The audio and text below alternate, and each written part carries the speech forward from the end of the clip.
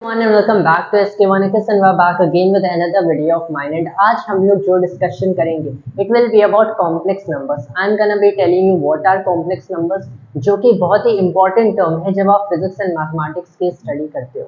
Now why are these exactly important? complex number का actual मतलब क्या होता है? इन मैथमेटिक्स आपने देखा होगा जब आप 9th स्टैंडर्ड या फिर 10th स्टैंडर्ड की मैथमेटिक्स पढ़ते हो. So the number system that you deals with real numbers. यहाँ पे आपके पास हर काइंड के बेसिकली नंबर्स होंगे. You will have rational, irrational numbers, you will have various other kinds of numbers. Basically rational and irrational में इन्हें classify किया जाता है.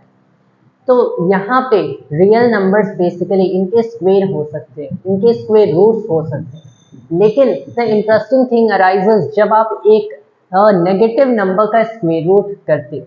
एक नेगेटिव नंबर का स्क्वायर तो किया जा सकता है, लेकिन अगर आप एक नेगेटिव नंबर का रूट फाइंड आउट करो, specifically the square root of -1, तब ये आपको क्या रिजल्ट देगा.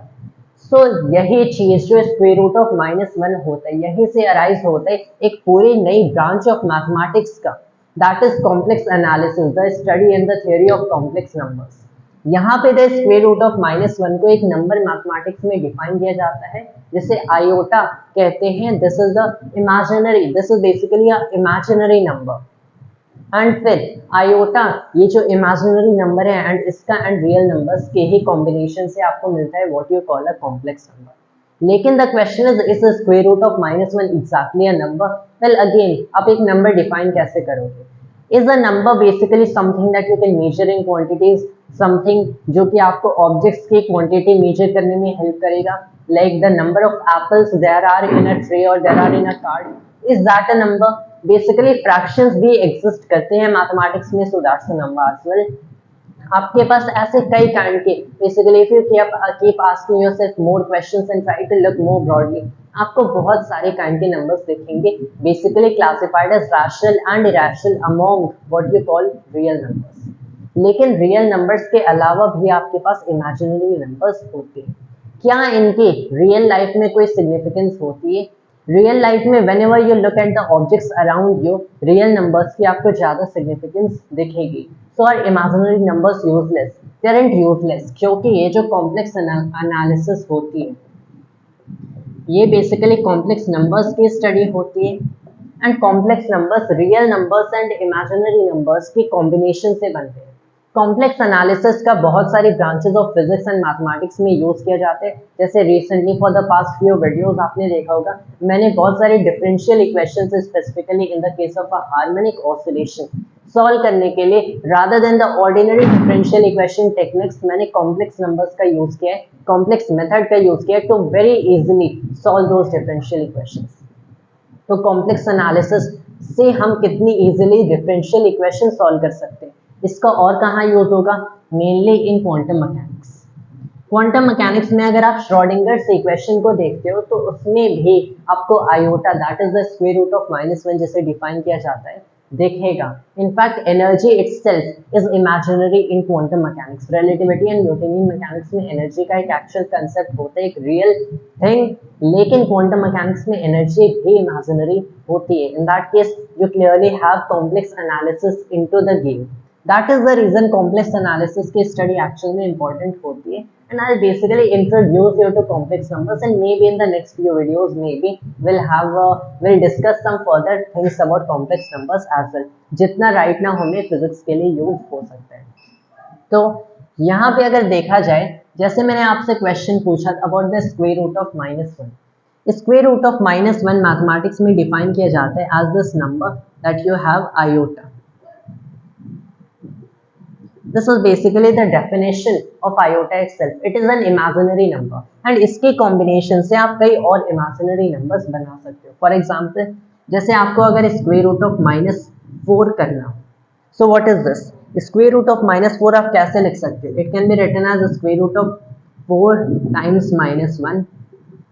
अब यहाँ पे अगर आप देखो तो स्क्वायर रूट ऑफ 4 टाइम्स -1 को मैं square root of 4 times square root of -1 लिख सकता हूँ. तो square root of 4 is what? It is 2 times में स्क्वायर रूट ऑफ -1 क्या है? आयोटा है. Then the root of -4 is what? It is 2 iota. 2 iota को आप रूट ऑफ -4 लिखोगे. यहाँ से हमें पता चल गया. तो आपने एक टर्म को बेसिकली यूनिटी, नेगेटिव यूनिटी का स्क्वायर रूट डिफाइन किया एज आयोटा, एंड आप बाकी सारे square roots of all the other numbers define कर सकते हो। कैसे? In this particular form in terms of iota. Alright, तो यहाँ पे अगर आपके पास सारे पॉजिटिव नंबर्स, कोई भी आपके पॉजिटिव नंबर है, उसे अगर आप basically as some form of square root represent कर सकते हो, एंड आप इन सारे नेगेटिव नंबर्स को भी स्क्वायर रूट रिप्रेजेंट कर सकते हो, then by adding these two numbers, by combining these two numbers, you'll have a broader class of numbers. That definitely makes sense. And ऐसे ही होती है कॉम्प्लेक्स नंबर की फॉर्मेशन। ये हो गया आपके पास imaginary numbers. These are what you call imaginary numbers. एक रियल नंबर को, एक रियल टर्म को what you call it, x, plus में आपने एक और नंबर y से क्या मल्टीप्लाई किया, आयोटा मल्टीप्लाई किया। जब आप ये कॉम्बिनेशन करते हो then this is what you call a complex number. Let's call it a. This is a complex number. x plus iota y in this particular form. यहाँ पे x को आप basically real part of the complex number कहते हो, y को आप imaginary part कहते हो, लेकिन always keep track of this thing कि आयोटा y इज एक्चुअली जो कि आपका एक इमेजिनरी नंबर है। y isn't an imaginary number, ये बहुत कंफ्यूजन हो सकती है, so you have to always keep track of this thing.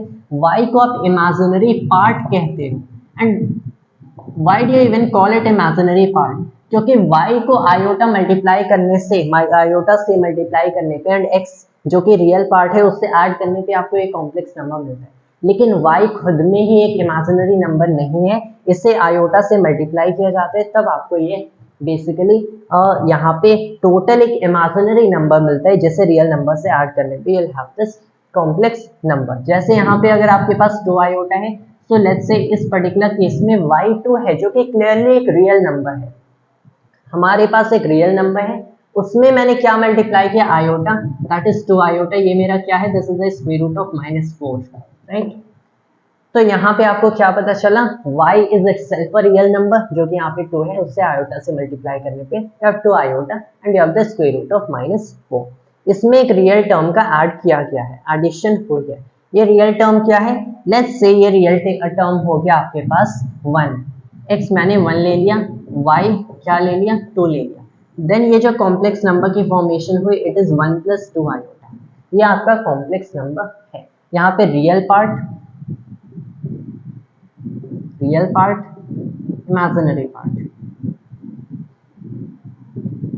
Physics में ऑफन जो कॉम्प्लेक्स मेथड से हम लोग प्रॉब्लम सॉल्व करते हैं उसमें real part is what matters, लेकिन real part and imaginary part throughout the equation साथ लेके अगर आप चलो and in the end basically इसे एक्सपोनेंशियल जो कि हम लोग शॉर्टली देखेंगे के फॉर्म में रिप्रेजेंट करो, then what you can clearly see is कि इन द एंड आपको एक सिंपल सॉल्यूशन मिल जाएगा एंड उसका रियल पार्ट लेके आप एक्चुअल फिजिकल थिंग्स की एक्सप्लेनेशन दे सकते हो। अगर मेरे पास ये कॉम्प्लेक्स नंबर हो गया, देन इसका एक मैग्नीट्यूड भी होता है, what you call magnitude, in fact modulus एक बेटर टर्म होगा। अगर फिजिक्स में ये ऐसा एक एक्चुअल टर्म होता है तो उसे मैग्नीट्यूड कहते हैं, but let's not use the term magnitude, but modulus is a more mathematically correct term. तो इसका एक मॉड्यूलस भी होता है, and what is that, that is defined in such a way कि जो कॉम्प्लेक्स नंबर आपको आपका मॉड्यूलस होगा, this is the square root of what, the real term x square plus में imaginary term y square. That is the modulus of a complex number. It is as simple as that. The square root of the real term plus में imaginary term. अब आप ये ऐसा define क्यों करते हो? If you look at it, basically आपके पास एक complex number let's say x plus iota y है, तो आपको पता है कि अगर मैंने इसका बेसिकली स्क्वायर किया तो what's that, x plus iota y times में x plus iota y, alright, that's how you do it. उसके बाद मैंने इसका रूट किया, so you will have root of x plus iota y times x plus iota y। फिर इन दोनों terms को अगर आप मल्टीप्लाई करके देखते हो, root of x square plus y square, in the end आपको ये जो मॉड्यूलस है जो कि एक रियल टर्म के फॉर्म में मिलता है, that is what you gate. उसके अलावा यहाँ पे एक मॉड्यूलस तो आपको मिल गया, इसके साथ एक आर्ग्यूमेंट भी मिलता है, this is basically the modulus of the complex number. What is argument, आप इसे एक फॉर्म के वेक्टर के फॉर्म में देखो, जैसे आपके वेक्टर के मॉड्यूलस होते हैं, and what is that, that is clearly just this simple number, that is it. वैसे ही जैसे एक वेक्टर के बेसिकली डायरेक्शन होता है, तो उस डायरेक्शन को सिग्निफाई करने के लिए you will have what you call a certain angle from the x और वाई एक्सिस। वैसे ही एक कॉम्प्लेक्स नंबर के लिए भी आप एक लेट्स से एक एंगल असाइन करते हैं, एंड व्हाट्स दैट कि आपने बेसिकली दो एक्सिस को ड्रॉ किया, this is the real part, this is the imaginary part. आपके पास ये this kind of a plane है that we call an Argand plane या फिर एक complex plane.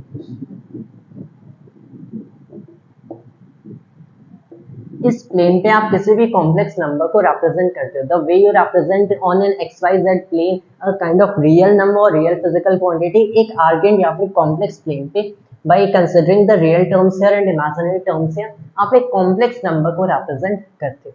How do you represent it? Well let's say कि आपके पास एक कॉम्प्लेक्स नंबर है a which is written as x plus iota y। तो इसे x एंड y के फॉर्म में पहले आपको ब्रेक करना है, so you right it x plus iota y। फिर x मान लीजिए आपका कोऑर्डिनेट यहाँ पे, y यहाँ पे। So it's as simple as this कि आपको लाइन ड्रॉ करनी है जैसे वेक्टर्स में करते हो, such that it will have its x coordinate, what you call a coordinate in let's say an xyz plane, इसे कोऑर्डिनेट कहते हैं।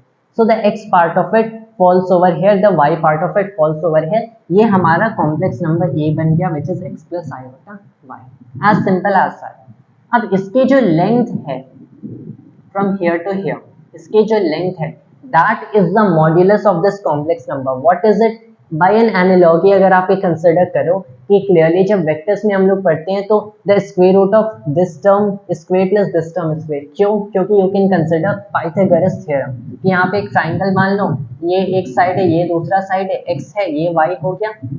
So you have the square root of x square plus y square, and यहाँ से हमें क्या मिल गया? The length of this complex number on an argent plane, and वही length हम लोग क्या डिफाइन करते हैं? The modulus of that complex number define किया जाता है। उसके अलावा एक चीज जो कि और डिफाइन हो सकती है, दिस एंगल फाई। अब ये एंगल फाई क्या है? That's the question. This angle phi, this is basically called the argument of a complex number। What is the argument of a complex number? इस angle phi की calculation, मतलब इस complex number को अगर एक complex plane पे represent किया जाए तो ये रियल एक्सिस से कितना एंगल बनाता है, it's as simple as that. ये बेसिकली वेक्टर्स, ये आप मान लो एक्सेप्ट कि यहाँ पे आपके पास रियल एंड इमेजिनरी पार्ट्स हैं, कई सारे जो वेक्टर्स हैं आपके पास फिजिक्स में, उन्हें एज वेक्टर्स रिप्रेजेंट करने के बजाय आप उनका कॉम्प्लेक्स नंबर्स का यूज करो एंड और इजीली आप उन्हीं प्रॉब्लम्स को सॉल्व कर सकते हो। यहाँ पे अगर देखा जाए तो ये आर्ग्यूमेंट क्या होगा? आर्ग्यूमेंट ऑफ ए, ये मैंने कर दिया the tan inverse of y over x, that is the argument of a complex number. इसका मॉड्यूलस क्या है? The square root of the square of real part plus square of imaginary part. Argument is defined to be the inverse tan of y over x, the imaginary part over the real part का tan inverse या फिर arc tan। Again as simple as that. तो ये आपके एक representation हो गई complex number की, यूजुअली कैसे रिप्रेजेंट करते हो। लेकिन इसके एक और बहुत ही इंटरेस्टिंग सी रिप्रेजेंटेशन है, एंड व्हाट्स दैट? अगर यहाँ पे आप देखो ये एक एंगल फाई यहाँ पे बना रहा है with the real axis, alright. तो इस कॉम्प्लेक्स नंबर a को which is written as x plus iota y, इसके अगर what you call again coordinates as of a 3D physics and mathematics, यहाँ पे x एंड y है, तो मैं क्या कह सकता हूँ कि a cos फाई आपका क्या हो गया? x हो गया, a sin फाई क्या हो गया? y हो गया। तो अगर मैंने लिखा कि x equals a cos phi and y equals a sin phi, मतलब a को मैं क्या लिख सकता हूँ? cos phi, this is a को मैं a cos phi plus iota a sin phi लिख सकता हूँ, ऑलराइट। अब अगर मैंने a को a cos phi plus iota a sin phi ही लिखा है, so in this particular case remember this is the complex number that you have over here। यहाँ पे कॉम्प्लेक्स नंबर है एंड यहाँ पे मैंने जो a लिया है वो इस कॉम्प्लेक्स नंबर का मॉड्यूलस है, तो इसे डिस्टिंक्टली और रिप्रेजेंट करें तो और एक बेटर होगा। तो मैंने यहाँ पे क्या ले लिया? सिंस मॉड्यूलस है तो let's have a modulus sign over here. अब यहाँ पे डिफरेंस क्या आया कि ये जो आपके पास है ये कंप्लीटली कॉम्प्लेक्स नंबर है, here you have the modulus of complex number, कुछ ऐसे रिप्रेजेंट कर देते हैं। इसकी जो लेंथ है बेसिकली उसमें cos फाई मल्टीप्लाई किया तो x पार्ट मिला, लेंथ में cos phi multiply sin phi multiply किया तो y मिला। तो that is what you are getting. मैंने मॉड ए कॉमन लिया, what you have is cos phi plus iota sin phi. अब यहाँ पे आपको एक आइडेंटिटी मिलती है कि cos फाई प्लस में आयोटा sin फाई अगर आप देखो so it is always equal to e to the power iota phi. What is it? Cos phi plus iota sin phi. I am not going to prove this thing over here. यहाँ पे एक identity मान लो, and ये जो आपके पास identity है it is often very useful in solving physics problems. आप e to the power iota phi मानो, what is it? Cos phi plus iota sin phi। तो यहाँ पे अगर मेरे पास cos phi plus iota sin phi है तो I can recognize this thing as the exponential of iota times the argument of the complex number। तो complex number को मैंने और कैसे लिख दिया? The modulus of the complex number times the exponential of iota phi। इस चीज को हम लोग कहते हैं the polar representation of complex number। polar representation of a complex number। तो यहाँ पे अगर देखा जाए मैंने इसमें क्या क्या किया है कि कोई कॉम्प्लेक्स नंबर है उसकी जो लेंथ है उसको मैंने मल्टीप्लाई किया the exponential of iota times it's argument से। लेकिन अगर हमारे पास ये वाली रिप्रेजेंटेशन है जो कि समथिंग लाइक वेक्टर्स से रिलेट करती है तो हमें पोलर रिप्रेजेंटेशन की क्या जरूरत। So if you watch some of my previous few videos तब आप बेसिकली देखोगे कि कैसे मैंने यही polar representation of complex numbers use किया है कई प्रॉब्लम्स को सॉल्व करने के लिए फिजिक्स के। कि यहाँ पे आप क्या करते हो, जैसे a specific type of problem जो कि डिफरेंशियल इक्वेशन होती है, कौन सी हमारी हार्मोनिक मोशन की m d2x over dt square plus gamma m dx over dt plus m omega naught square x equals what equals an external driving force f as a function of time. ये हमारी एक harmonic motion की equation होती है। यहाँ पे हमने क्या क्या इंक्लूड किया है, you will have basically this term जो कि मास एंड टाइम्स एक्सेलरेशन है, जो हैव अ ड्राइविंग फोर्स, जो हैव अ ड्राइविंग फोर्स, हम लोगों ने एक ड्राइविंग फोर्स इंक्लूड किया है। This is basically the spring force of a mechanical oscillator. यहाँ पे ये जो फोर्स आपके एक्ट कर रही है this is the viscous force आप इसे मान सकते हो या फिर फ्रिक्शन फोर्स, फ्रिक्शन। अब फ्रिक्शन बेसिकली स्लाइडिंग फ्रिक्शन देखा जाए, नॉट डिपेंडेंट ऑन वेलोसिटी। अगर यही एक फ्लूइड फ्रिक्शन हो it will depend on velocity जो कि हमारे dx/dt पार्ट है। ये मास times acceleration f equals ma वाला। तो यहाँ पे इस चीज को हम लोग कैसे सॉल्व करते हैं, बेसिकली x को as a complex number in this form represent करो, mod of a times e to the power iota phi इस फॉर्म में रिप्रेजेंट करते हैं। फिर the second derivative of an exponential हमें पता है बहुत ही इजीली कैलकुलेट होता है, the second derivative of an exponential, the third derivative और इवन द nth डेरिवेटिव बहुत ही इजीली आप कैलकुलेट कर सकते हो। यही टर्म यहाँ पे लाके मल्टीप्लाई करना होता है द ओरिजिनल टर्म कि यहाँ पे अगर आपके पास मान लो है e to the power omega t का derivative, first time derivative, what is it, आपने ओमेगा बेसिकली नीचे लाया एंड t यहाँ पे है तो इसका डेरिवेटिव करने पे you no longer have to write t over here, times में क्या हुआ e to the power omega t. अगर e to the power basically omega t square हो तो उस केस में you will have 2 omega t e to the power omega t. So it is as simple as that. Exponential के derivatives बहुत ही easily calculate होते हैं। You calculated इसे as the external driving force मैंने लिख दिया, फिर सॉल्व कर दिया। Once you have what you get from over here, आपको बेसिकली काइंड ऑफ बहुत सारी इंफॉर्मेशन इससे मिल जाएगी जिससे आपका आपने इसका रियल पार्ट ड्राइव आउट करके कह दिया कि ये मेरी रियल लाइफ वाली, ये मेरी फिजिकल डिस्प्लेसमेंट या फिर फिजिकल फोर्स है, ये मेरी फिजिकल ऑसिलेशन है। सो यू कैन सी कि how in the previous few videos I have used the complex technique to do this kind of calculation.